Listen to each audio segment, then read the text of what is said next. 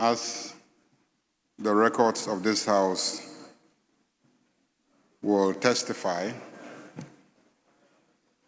the government of President John Dramani Mahama and the NDC majority, and I believe the Right Honorable Speaker,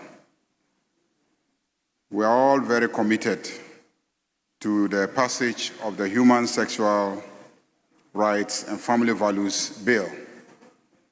If you recall, a couple of weeks ago when we debated this, I was the person who insisted that the fastest way to have this passed into law is to take a position that this Parliament has already passed it.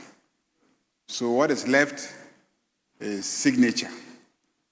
And I recall many on your side arguing against my position, and so Speaker ruled, and he ruled that so far as he is concerned, the life of the 8th Parliament had elapsed, and this is a new Parliament, and once it wasn't signed, it had to be reintroduced afresh and taken through all the stages.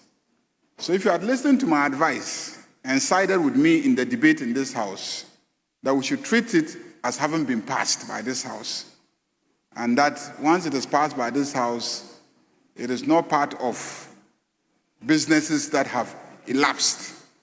By now, we would have left it squarely in the hands of the presidency to sign. But because I didn't get that support from you, the position became that it hasn't been passed, and so we must take it through all these processes. So if there's anybody committed to this legislation being passed, clearly it is me and then the people on this side, especially to have it passed expeditiously. Now, you decide that it should be freshly considered by this House, and I think that at this point, the Speaker indicated that it is going through the mail and will come back to this House. And so it is not an attempt by government.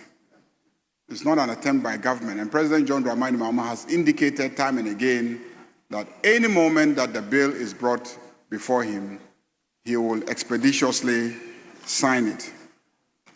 So my honorable colleague, Honorable Ntim Fordjour, even though in the 8th Parliament, I really didn't see you actively involved in having this bill passed.